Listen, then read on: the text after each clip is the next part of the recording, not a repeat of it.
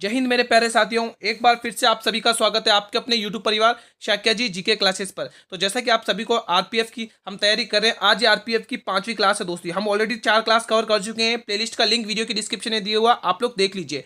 इस क्लास के अंदर हर एक क्वेश्चन इंपॉर्टेंट रहने वाला है। सारे क्वेश्चन से हर एक डाउट क्लियर कर दूंगा दोस्तों। अभी तक जितने भी क्वेश्चन पूछे गए वो इंपॉर्टेंट क्वेश्चन इस क्लास के अंदर लेके आए हूं। आप लोग अंत तक वॉच करिए, हर क्वेश्चन याद हो जाएगा दोस्तों। इस हिसाब से पढ़ाऊंगा आप लोगों को, ठीक है। चलिए क्लास को स्टार्ट करते बिना देरी।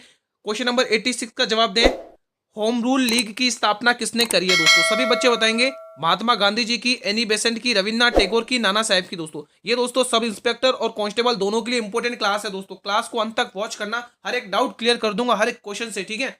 बताइए, होम रूल लीग की स्थापना किसने करी थी? सभी स्टूडेंट्स अपना ओपिनियन दे। क्या राइट ऑप्शन रहेगा इस प्रश्न के लिए?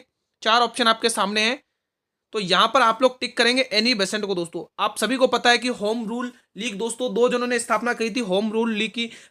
पहले तो दूसरे नंबर पे एनी बेसेंट ने करी दोस्तों। एनी बेसेंट ने कब करी दोस्तों? आप ध्यान रखेंगे 1916 में करी। कब करी? 1916 में, मद्रास में दोस्तों। कहां पर करी है? मद्रास में। मद्रास में एक जना ने और होम रूल लीग की स्थापना करी है, जिनका नाम है रविन्द्रनाथ टैगोर। सॉरी, रविन्द्रनाथ नहीं, बीजे तिलक, बाल गंगाधर तिलक, ठीक है। दूसरी बीजे तिलक, पहली बीजे तिलक, इन्होंने पहले करी होम रूल लीग की स्थापना, ठीक है। कब करी? 28 अप्रैल 1916 को। इन्होंने कब करी? 28 अप्रैल 1916 को। 28 अप्रैल 1916 में, ठीक है। तो दो होम रूल लीग आप ध्यान रखेंगे दोस्तों, ठीक है। 1916 में, 1916 में। तो एनी बेसेंट दोस्तों आपको यह भी ध्यान रखना है, 1917 कलकत्ता अधिवेशन में दोस्तों ये दोस्तों कांग्रेस की अध्यक्ष भी रही हैं। तो ये सब आपको ध्यान रखना है एनी बेसेंट से, ठीक है। नेक्स्ट क्वेश्चन, ये थियोसॉफिकल सोसाइटी बिलोंग करती है। क्वेश्चन नंबर 87 बताइए, निम्न में से संविधान सभा की प्रारूप समिति के सदस्य नहीं थे। बताइए वो कौन थे जो संविधान सभा के प्रारूप समिति के सदस्य नहीं थे? डॉक्टर भीमराव अंबेडकर, डॉक्टर अल्लादी कृष्णा स्वामी अय्यर, श्री एन गोपालचारी या डॉक्टर राजेंद्र प्रसाद। ये 4 ऑप्शन आपके सामने हैं। इस क्लास के अंदर दोस्तों वो सभी क्वेश्चंस लेके आए जो बार बार रिपीटेड क्वेश्चंस हैं, जो आपके एग्जाम के लिए इंपॉर्टेंट रहने वाले हैं, ठीक है। आप एग्जाम का ये ना सोचे कि दोस्तों अभी एग्जाम बहुत दूर है दोस्तों, आप अभी से तैयारी करें तभी आपका सिलेक्शन होगा अच्छे से, ठीक है। बताइए इस प्रश्न के लिए क्या राइट ऑप्शन रहेगा? तो यहां पर जो भी ए ऑप्शन टिक कर रहे हैं गलत कर रहे हैं, बी ऑप्शन टिक कर रहे हैं गलत कर रहे हैं, सी गलत कर रहे हैं, डी वाले बिल्कुल सही हैं।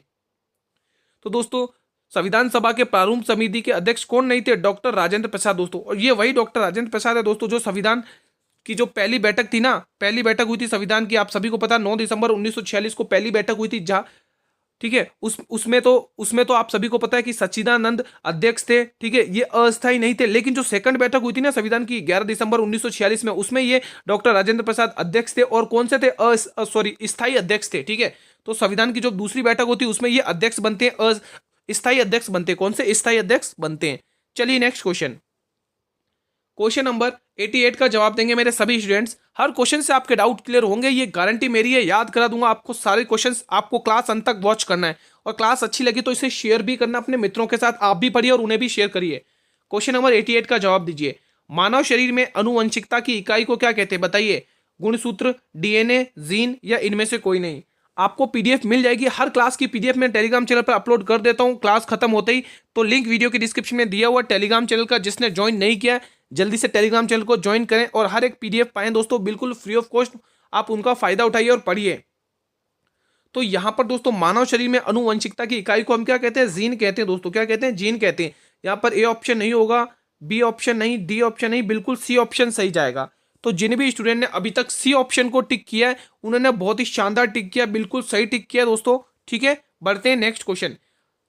आगे बढ़ने से मैं बता देता हूं उन स्टूडेंट्स को जो क्लास चैनल पर पहली बार विजिट करें। क्लास का टाइम 8 PM रहता है, आप सभी को बता देता हूं दोस्तों। आप लोगों को डेली बेसिस पर जुड़ना है और अपनी तैयारी को एनालाइज करना है दोस्तों, ठीक है। डेली बेसिस पर प्रैक्टिस सेट लाया करो आप इसी चैनल से जुड़ कर, ठीक है। अभी से पढ़ाई करेंगे तो आपका सिलेक्शन पक्का होगा दोस्तों। बताइए, राज्यसभा के सदस्य का कार्यालय कितना होता है? 5 वर्ष का, 6 वर्ष का, 7 वर्ष का या 9 वर्ष का? राज्यसभा को दोस्तों पार्लियामेंट में, संसद में क्या कहा जाता है? अपर हाउस, ठीक है। क्या जाता है? Upper house, upper house. और लोकसभा को लोअर हाउस, ठीक है। ये ध्यान रखना, संसद में राज्यसभा को क्या कहा जाता है? अपर हाउस कहा जाता है। इसका कार्यालय 6 वर्ष का होता है दोस्तों। कितने वर्ष का होता है? 6 वर्ष का होता है। तो जिन भी स्टूडेंट ने अभी तक बी ऑप्शन को टिक किया है बिल्कुल सही टिक किया है, ठीक है। बड़े अगले क्वेश्चन की तरफ बिना देरी करें, चलिए नेक्स्ट क्वेश्चन की तरफ मूव ऑन करते। अब आया बहुत ही शानदार क्वेश्चन, बताइए आप लोगों के लिए हर क्लास के अंदर चैलेंज रहता है, तो इस क्लास के अंदर भी चैलेंज है, आपको देखते कितने क्वेश्चन सही करते हैं आप। ठीक है, आप लोगों के लिए ये चैलेंज है, आप लोग बताएंगे आपने कितने क्वेश्चन सही किए, इससे आपकी तैयारी को पता चलेगा। निम्न में से कलिंग का युद्ध कब लड़ा गया था दोस्तों? कलिंग का युद्ध बहुत ही इंपॉर्टेंट है दोस्तों। कलिंग का युद्ध दोस्तों 261 बीसी, 325 बीसी, 326 बीसी या 262 बीसी, बहुत ही इंपॉर्टेंट है दोस्तों। कलिंग की बात करें दोस्तों तो इसकी स्थिति कहाँ है दोस्तों? ओडिशा में दोस्तों। इसकी स्थिति कहाँ है? ओडिशा में दोस्तों, ओडिशा में। ठीक है, जब ये युद्ध लड़ा गया था दोस्तों, किस राजा से लड़ा हुआ था दोस्तों? किस राजा? कलिंग की पहले पहले राजधानी बताएं, पहले आप राजधानी बताएं, फिर हम राजा की बात करेंगे। राजधानी बताइए कलिंग की। राजधानी क्या हुआ करती थी जब ये युद्ध लड़ा? तब राजधानी थी तोसली। क्या थी दोस्तों? तोसली, तोसली, तोसली, ये राजधानी हुआ करती कलिंग की। ठीक है, जब ये युद्ध लड़ा गया था दोस्तों, किस राजा के साथ लड़ा गया था? यहाँ पर आप राजा ध्यान रखेंगे, यहाँ पर राजा कौन थे? राजा कौन थे? कोई कमेंट करके बताएगा। राजा पद्मनाथ थे दोस्तों। कौन थे? राजा पद्मनाथ, पद्मनाथ, पद्मनाथ, ये यहाँ पे राजा पद्मनाथ हुआ करते थे। किस किस के बीच में लड़ा गया था? राजा पद्मनाथ और अशोक के बीच में लड़ा गया था दोस्तों ये युद्ध। दोस्तों किस नदी के किनारे लड़ा गया था दोस्तों? किस नदी के किनारे? किस नदी के किनारे लड़ा गया था? नदी के किनारे। कौन सी नदी थी नदी के किनारे? ये क्वेश्चन से एग्जाम में सीधे पूछे जाते हैं। कौन सी नदी थी भाई जहां पर ये युद्ध लड़ा गया? तो ध्यान रखेंगे, दया नदी थी दोस्तों। कौन सी थी? दया नदी। कौन सी नदी थी? दया नदी। दया नदी के किनारे ये युद्ध लड़ा गया था दोस्तों। ठीक है, ठीक है। कलिंग के युद्ध से पहले दोस्तों अशोक की नीति कौन सी थी दोस्तों? कोई बताएगा? भैरी घोष की नीति थी दोस्तों। किसकी थी? भैरी घोष की। फिर कलिंग के युद्ध के बाद दोस्तों अशोक ने कौन सी नीति अपनाई? धम्म नीति अपनाई दोस्तों, धम्म, शांत नीति, है ना। ये सब आपको ध्यान रखना दोस्तों। और ये युद्ध लड़ा गया था 261 बीसी में दोस्तों। कब लड़ा गया था? 261 बीसी में लड़ा गया था। 325 में आप सभी को पता है 325 में क्या होता है? 326 में, 325 में, 326 में सिकंदर भारत आता है, 325 में जाता है, 18 महीने तक रहता है हमारे भारत में। ठीक है दोस्तों, चलिए अब बढ़ते हैं हमारे अगले क्वेश्चन की तरफ। हर क्वेश्चन इंपॉर्टेंट रहेगा, क्लास के अंत तक बने रहिए। हर पीडीएफ मिलेगी आपको टेलीग्राम चैनल पर। ठीक है, टेलीग्राम चैनल को ज्वाइन करें। क्वेश्चन नंबर 91 बताइए दोस्तों। आप लोग दोस्तों इतनी अच्छे से तैयारी करिए, क्लास में डेली बेसिस पे अपने 50 नंबर पक्के कर लीजिए जीके जीएस से। नीति निर्देशक तत्व किस देश के संविधान से की देन है? किस देश के संविधान से लिए गए हैं? अमेरिका के संविधान से, आयरलैंड के संविधान से, दक्षिण अफ्रीका के संविधान से, कनाडा के संविधान से। बहुत ही इंपॉर्टेंट क्वेश्चन है दोस्तों। नीति निर्देशक तत्व, जिसको आप डीपीएसपी बोलते हैं दोस्तों। ठीक है, नीति निर्देशक तत्व दोस्तों आप ध्यान रखेंगे, ये संविधान के किस भाग में? ये संविधान के भाग 4 में है दोस्तों। संविधान के भाग 4 में है। संविधान के भाग 4 में इनके किन अनुच्छेद में इनका अनुच्छेद क्या रहते हैं दोस्तों? इनके अनुच्छेद, आप अनुच्छेद ध्यान रखेंगे दोस्तों, एग्जाम में पूछे जाते हैं। ये सारे क्वेश्चन जो भी मैं लिख रहा हूँ वो सब एग्जाम में पूछे जाते हैं। अनुच्छेद आप ध्यान रखेंगे 36 से 51 अनुच्छेद है इनके। 36 से 51 अनुच्छेद है। 36 से 51 अनुच्छेद है दोस्तों। ठीक है, एग्जाम में पूछे जाते हैं दोस्तों। ठीक है, तो ये किसके संविधान से लिए गए? किस देश के? तो ध्यान रखेंगे आयरलैंड के संविधान से लिए गए हैं। डीपीएसपी दोस्तों नीति निर्देशक तत्व आयरलैंड के संविधान से लिए गए हैं। भाग 4 है, अनुच्छेद 36 से 51 है दोस्तों। ये आपको ध्यान रखना है। बड़े अगले क्वेश्चन की तरफ बिना देरी करे, चलिए नेक्स्ट क्वेश्चन देख लेते हैं। बहुत ही इंपॉर्टेंट सा क्वेश्चन एक बार आता हुआ। एल्जीमर रोग मानव शरीर के किस अंग को प्रभावित करता है? बताइए। मस्तिष्क को, हृदय को, फेफड़े को या यकृत को? सभी स्टूडेंट्स कमेंट करके बताएंगे दोस्तों। हर एक क्वेश्चन इंपॉर्टेंट है। आपके प्रीवियस ईयर क्वेश्चन जो भी रिपीटेड हो रहे हैं बार बार, उनसे रिलेटेड क्वेश्चंस लेके आया हूं, तो आप अच्छे से क्लास को देखेंगे। हर क्लास में इंपॉर्टेंट क्वेश्चन देखने को मिलेंगे आपको। ठीक है, प्लेलिस्ट बनाई है दोस्तों मैंने आपके लिए। ठीक है, हम ऑलरेडी 4 कंप्लीट वीडियो कर चुके हैं। आज ये 5वीं वीडियो है आरपीएफ की। ठीक है, दोनों के लिए इंपॉर्टेंट है, चाहे आप लोग आरपीएफ सब इंस्पेक्टर की तैयारी कर रहे हो, चाहे आरपीएफ कांस्टेबल की तैयारी कर रहे हो, दोनों के लिए ये क्लास इंपॉर्टेंट है। जीके जीएस दोनों में सेम है। तो यहाँ पर आप लोग क्या ऑप्शन टिक करेंगे? A option will be the right answer, यानी कि मस्तिष्क में। एल्जीमर रोग मानव शरीर के किस अंग को प्रभावित करता है? ये मस्तिष्क को प्रभावित करता है। ऑप्शन ए को यहाँ पर सभी बच्चे टिक करेंगे। नेक्स्ट क्वेश्चन देखिएगा। हमारा नेक्स्ट क्वेश्चन क्वेश्चन नंबर 92 है, 93 है दोस्तों। बताइए, हम 92 कवर कर चुके हैं ना? हाँ, 93 है दोस्तों। 93 का जवाब दें। 93 का जवाब दें सभी स्टूडेंट्स। क्वेश्चन क्या बोला? 93। भारत का सबसे बड़ा बाघ अभ्यारण्य किस राज्य में है दोस्तों? बहुत ही इंपॉर्टेंट क्वेश्चन है। आंध्र प्रदेश, मध्य प्रदेश और उत्तर प्रदेश या राजस्थान? कमेंट करके बताएंगे दोस्तों। बहुत ही इंपॉर्टेंट सा क्वेश्चन है। हर एक क्वेश्चन इंपॉर्टेंट है दोस्तों। भारत का सबसे बड़ा बाघ अभ्यारण्य किस राज्य में स्थित है? तो ये यहाँ पर स्थित है दोस्तों आंध्र प्रदेश राज्य में दोस्तों। जिन भी स्टूडेंट ने बी ऑप्शन, सी ऑप्शन और डी ऑप्शन को टिक किया, बिल्कुल गलत किया दोस्तों। आंध्र प्रदेश राज्य में स्थित है। गुरुजी ये तो बता दिया कि सबसे बड़ा बाघ किस में स्थित है? बाघ अभ्यारण्य आंध्र प्रदेश में, लेकिन कौन सा है सबसे बड़ा वो तो नहीं बताया, तो वो भी आप देख लीजिए। सबसे बड़ा बाघ अभ्यारण्य आप लोगों ने देखा कि आंध्र प्रदेश में, लेकिन वो कौन सा है, तो आप ध्यान रखेंगे श्री सेलम टाइगर रिजर्व। कौन सा भाई?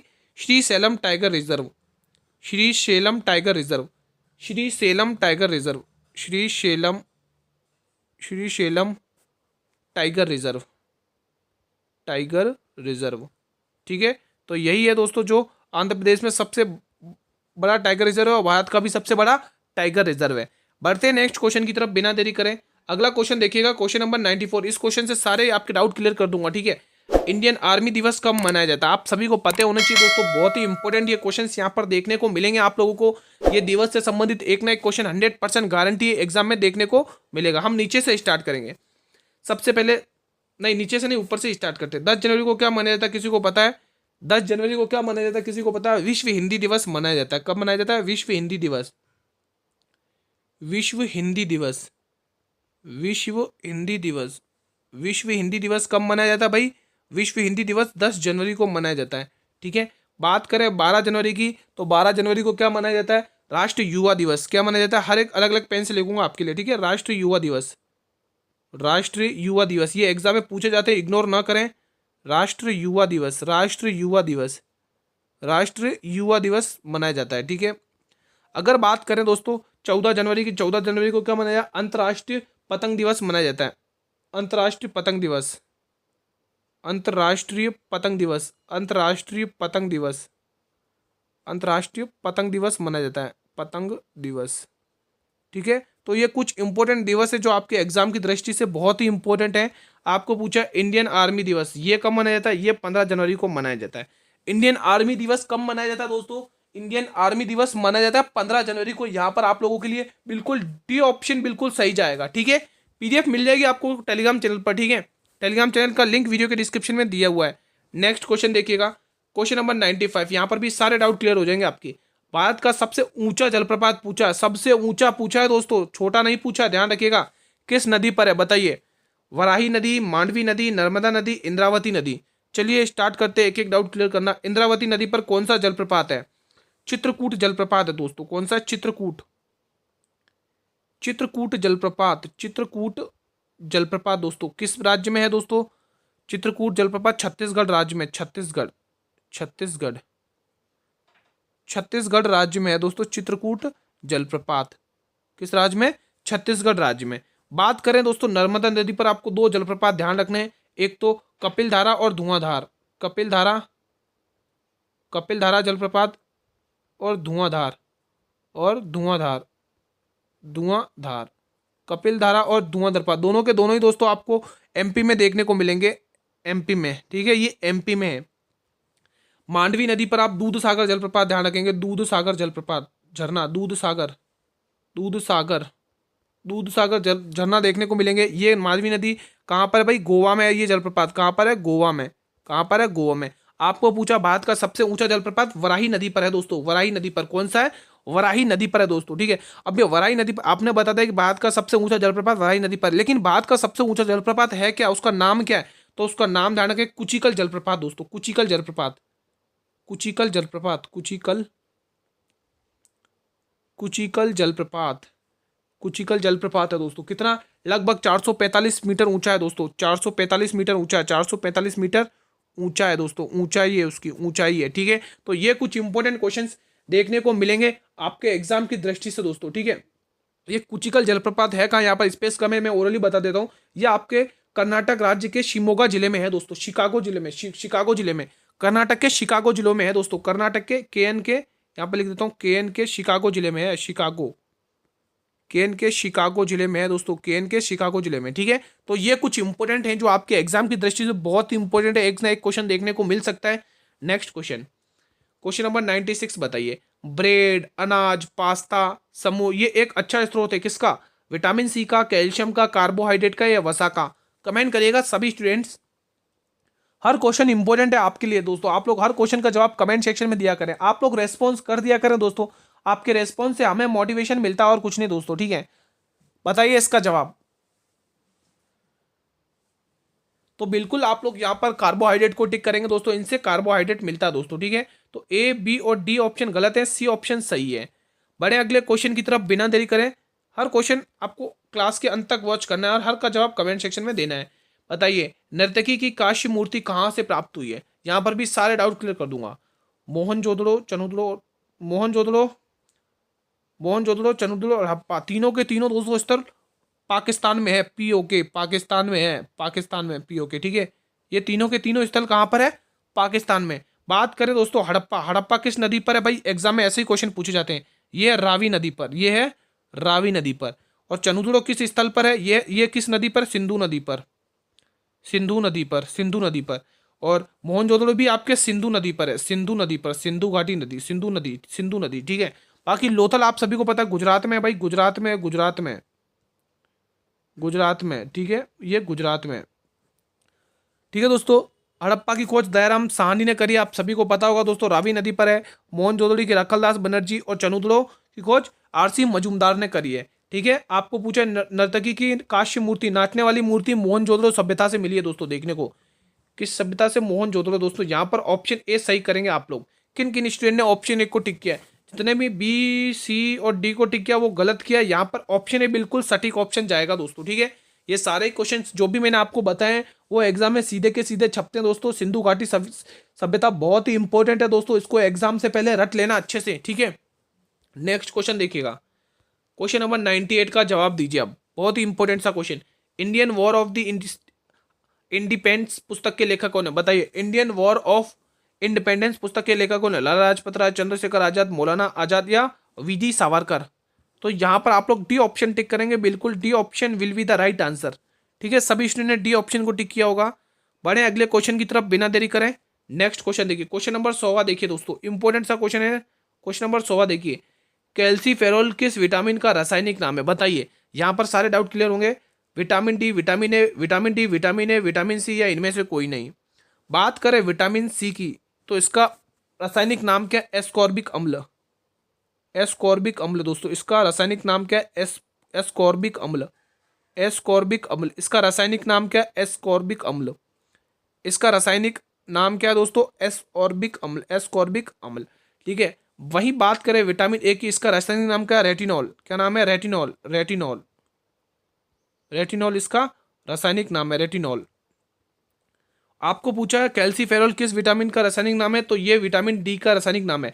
और विटामिन डी की कमी से कौन सी बीमारी होती है? कमेंट करके बताइए। विटामिन डी की कमी से रिकेट्स होता है दोस्तों, रिकेट्स, रिकेट्स। और विटामिन सी से स्कर्वी, विटामिन बी से बेरी बेरी, ठीक है। और विटामिन के वही ये वही के विटामिन के है जिससे रक्त का थक्का नहीं जमता। विटामिन ई से बांझपन होता है दोस्तों, ठीक है। तो ये सारे इंपॉर्टेंट विटामिन है, उनसे रोग जो भी होते हैं वो एग्जाम में पूछे जाते हैं, जो आपके लिए इंपॉर्टेंट है, ठीक है। तो यहाँ पर आप लोग ए ऑप्शन को टिक करेंगे, विटामिन डी का नाम है कैल्सीफेरॉल। चलिए नेक्स्ट क्वेश्चन देखते हैं। क्वेश्चन नंबर 101 का जवाब दीजिए। किशन महाराज का संबंध किस वाद्य यंत्र से है? बांसुरी वादक, तबला वादक, शहनाई वादक या सितार वादक?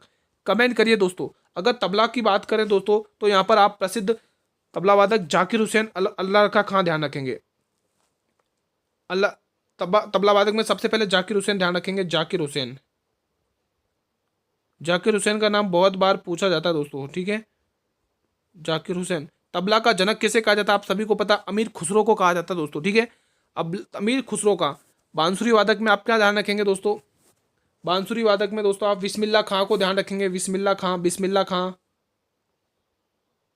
बिस्मिल्लाह खां, बिस्मिल्लाह खां, बिस्मिल्लाह खां का आप नाम ध्यान रखेंगे दोस्तों, ठीक है। शहनाई में आप किसका नाम ध्यान रखेंगे? कमेंट करिए जिनको आता है। शहनाई में आप जो इंपोर्टेंट नाम है वो आप ध्यान रखेंगे, अली अमजद, अली अहमद। अली अहमद का नाम बहुत बार पूछा गया क्वेश्चन है, अली अहमद, एग्जाम की दृष्टि से इंपॉर्टेंट है, अहमद, अली अहमद दोस्तों, ठीक है, अली अहमद। और सितार में आप क्या ध्यान रखेंगे? किसी को पता है? अली अहमद और एक हुसैन खां, हुसैन खां भी है दोस्तों, यहाँ पर हुसैन खां भी ध्यान रखेंगे, हुसैन खां भी एग्जाम में पूछा जाता है, हुसैन खां। और आपको क्वेश्चन में क्या पूछा है? किशन महाराज। तो किशन महाराज का संबंध किस वाद्य यंत्र से? तो यहाँ पर ये प्रसिद्ध तबला वादक है दोस्तों। कौन है भाई? प्रसिद्ध तबला वादक, यानी बी ऑप्शन को लॉक करेंगे। किशन महाराज का संबंध किस वाद्य यंत्र से? तबला वादक है दोस्तों, ये प्रसिद्ध तबला वादक है। चलिए नेक्स्ट क्वेश्चन, क्वेश्चन नंबर 99। दोस्तों ये हमारा एक क्वेश्चन छूट गया था, ठीक है। गांधी जी ने 1917 में चंपारण की यात्रा किसके अनुरोध पर की थी? यहाँ पर इंपॉर्टेंट क्वेश्चन है, देखते हैं इसका जवाब कौन देता है। बताइए, राजकुमार शुक्ल, जेबी कृपलानी, राजेंद्र प्रसाद, मोतीलाल नेहरू। यहाँ पर सारे डाउट क्लियर कर देता हूँ। देखिए देखो, जब गांधी जी 1917 में दोस्तों, आप सभी को पता है पूना समझौता में, हाँ पूना समझौता नहीं, लखनऊ समझौता था, उसमें दोस्तों आप सभी को पता है राजकुमार शुक्ल प्लस संत राउत, दो व्यक्ति थे, संत राउत भी थे, संत राउत, संत राउत, ठीक है। 1917 की बात है, ये 1917 की बात है, ठीक है, 1917, ठीक है। यहाँ पर ये दो व्यक्ति गांधी जी को मिलते हैं, उसमें से जो राजकुमार शुक्ल थे ना दोस्तों, राजकुमार शुक्ल, उन्होंने गांधी जी को बुलाया था दोस्तों चंपारण आंदोलन करने के लिए। ये चंपारण जगह कहाँ पर है दोस्तों? चंपारण जगह ध्यान रखेंगे, ये बिहार में है दोस्तों। कहाँ पर है ये? बिहार में, ठीक है। बिहार में बुलाया था दोस्तों चंपारण आंदोलन करने के लिए। वहां पर दोस्तों जब चंपारण आंदोलन गांधी जी ने किया था दोस्तों, तब आप तभी ध्यान रखें 17 अप्रैल 1919 में दोस्तों ये चंपारण आंदोलन किया गया था। वहां पर गांधी जी के साथ कौन कौन थे? एक तो जेबी कृपलानी साथ में तो दोस्तों, और दूसरे राजेंद्र प्रसाद थे, जेबी कृपलानी, राजेंद्र प्रसाद, ठीक है, नारायण सिन्हा, ब्रजकिशोर प्रसाद, ये कुछ इंपोर्टेंट व्यक्ति थे जो गांधी जी के चंपारण आंदोलन में शामिल हुए थे। चंपारण आंदोलन दोस्तों नील की खेती के लिए किया गया था। किसके लिए? नील की खेती के लिए किया गया था, नील की खेती के लिए किया गया था, नील की खेती के लिए किया गया था, ठीक है। तो यहां से ये इंपोर्टेंट क्वेश्चंस बनते हैं जो आपको मैंने बता दिए। नेक्स्ट क्वेश्चन, क्वेश्चन नंबर 102 बताइए, लंबाड़ी लोक नृत्य किस राज्य का प्रसिद्ध है? तेलंगाना, राजस्थान, तमिलनाडु या उत्तर प्रदेश? राजस्थान का आप चरी नृत्य ध्यान रखेंगे, चरी नृत्य हो गया, तेरह ताली नृत्य हो गया, चरी, तेरह ताली, तेरह ताली, कालबेलिया, है ना। तो ये कुछ इंपोर्टेंट नृत्य हैं जो आपको राजस्थान के ध्यान रखने, एग्जाम में पूछा जाता है। तमिलनाडु में आप एक ही पूछेंगे जो एग्जाम में पूछा जाता है, एक ही पूछा, कुम्मी नृत्य दोस्तों, कुम्मी, कुम्मी तमिलनाडु का फेमस नृत्य है दोस्तों, लोक नृत्य है, बहुत बार पूछा जाता है। बाकी यूपी में आप रासलीला ध्यान रख सकते हैं, है ना। कुछ कुछ इंपोर्टेंट बता देता हूँ। रासलीला यूपी की फेमस है, रासलीला, रासलीला ध्यान रखेंगे, ठीक है। और कजली, कजली लोक नृत्य भी है दोस्तों, कजली भी ध्यान रखेंगे, कजली, कजली ध्यान रखेंगे। नौटंकी यूपी की प्रसिद्ध है, नौटंकी बहुत ही इंपॉर्टेंट है दोस्तों, नौटंकी, ठीक है, एग्जाम में पूछा जाता है। नौटंकी कहाँ की प्रसिद्ध रहती है? यूपी की रहती है। तेलंगाना में आप ध्यान रखेंगे दोस्तों, दो तीन उत्सव ध्यान रखें। एक तो आप बोनालू उत्सव, बहुत बार पूछा जाता है, बोनालू उत्सव, बोनालू उत्सव तेलंगाना का है, बोनालू, बोनालू, बोनालू और लंबाड़ी, ये दोनों तेलंगाना के। लंबाड़ी जो आपको एक क्वेश्चन में पूछा है, लंबाड़ी कहाँ का लोक नृत्य है? तो यहाँ पर A option will be the right answer. Next question, question number 103, rise of the Maratha power निम्न में से किसकी पुस्तक है? गोविंद रनाडे की, महात्मा गांधी की, रविन्द्रनाथ टैगोर की, हर्षवर्धन की? बताइए। महात्मा गांधी जी की दो तीन पुस्तकें ध्यान रखनी है, एक यंग इंडिया पत्र, उनका यंग इंडिया पुस्तक है ना, Hind Swaraj, my experiment with truth, पूरी पूरी किस भाषा में लिखी हुई है? गुजराती भाषा में, ठीक है। रविन्द्रनाथ टैगोर को दोस्तों नोबेल पुरस्कार मिला था 1913 में, गीतांजलि रचना थी इनकी, ठीक है, पहले एशियाई थे, पहले भारतीय थे। हर्षवर्धन की तीन नाटक आपको ध्यान रखने, रत्नावली, नागानंद और प्रियदर्शिका। और ये जो आपको क्वेश्चन में दिए ना, the rise of the Maratha power, ये पुस्तक है गोविंद रनाडे की दोस्तों, महाराजा महादेव गोविंद रनाडे की। Option A will be the right answer. Next question, question number 104, संविधान के किस भाग में नागरिकता का प्रावधान है? अगर बात करें संविधान के भाग एक की, यहाँ पर आपको संघ और उसके राज्य देखने को मिलेंगे, संघ एवं राज्य, संघ एवं राज्य, संघ एवं राज्य देखने को मिलेंगे। भाग दो में आपको नागरिकता देखने को मिलेगी, नागरिकता। और भाग तीन में मूल कर्तव्य देखने को मिलेंगे, मूल कर्तव्य, मूल कर्तव्य, मूल कर्तव्य देखने को मिलेंगे। भाग चार में आप सभी को पता है डीपीएसपी देखने को मिलेंगे, डीपीएसपी राज्य के नीति निर्देशक तत्व, ठीक है। तो आपको पूछा दोस्तों नागरिकता, नागरिकता किसमें? भाग दो में दोस्तों। चलिए नेक्स्ट क्वेश्चन, अंतिम प्रश्न है ये, निम्न में से एल्यूमिनियम किस खनिज से प्राप्त किया जा सकता है? बताइए। बहुत ही शानदार क्वेश्चन है, बुक्साइट से, एंथ्रासाइट से, मोनानाइट से या थोरियम से? हर एक क्वेश्चन इंपॉर्टेंट रहेगा आपके एग्जाम के लिए, कमेंट करेगा। निम्न में से एल्यूमिनियम किस खनिज से प्राप्त किया जाता है? जल्दी से बताएं सभी स्टूडेंट्स, सभी स्टूडेंट्स बताएंगे, बहुत ही इंपॉर्टेंट क्वेश्चन बनता है यहाँ से। तो यहाँ पर आप लोग बुक साइड को टिक करेंगे। जिन भी स्टूडेंट ने option A, option B, option C tick किया, गलत किया, option A will be the right answer, ठीक है। तो आज हम यहाँ पर कंप्लीट करते हैं अपनी, आज हम यहीं पर अपनी क्लास को वाइंड अप करते हैं। यहाँ पर हमने आरपीएफ की 5वीं क्लास कंप्लीट कर ली है। मैंने आप लोगों के लिए दोस्तों पीडीएफ बनाई है, एग्जाम के लिए इंपॉर्टेंट रहने वाली है वो पीडीएफ।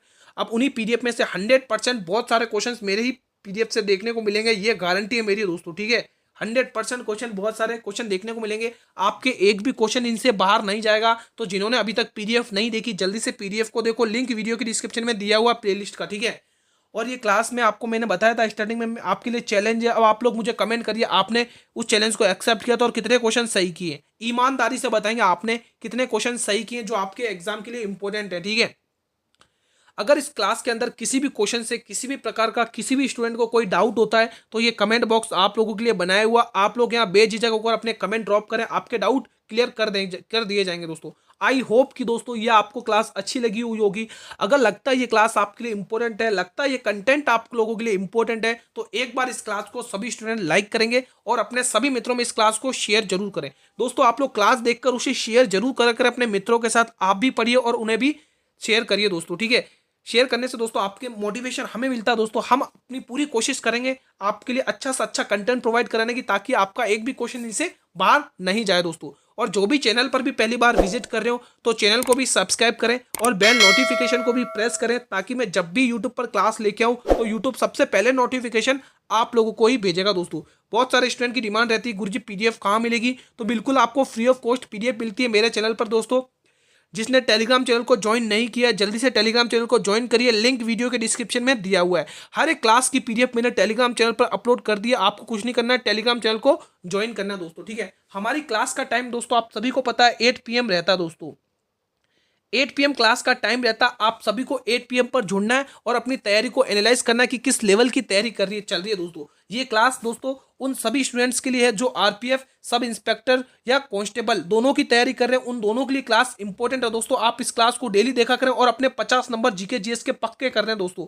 50 नंबर दोस्तों आप पक्के कर लें, 100% गारंटी दे रहा हूं आपके 50 नंबर पक्के हो जाएंगे अगर आपने डेली क्लासेस देखी। चलिए दोस्तों कल मिलेंगे हम इसी टाइम पर, तब तक के लिए मित्रों जय हिंद, जय भारत, वंदे मातरम, धन्यवाद।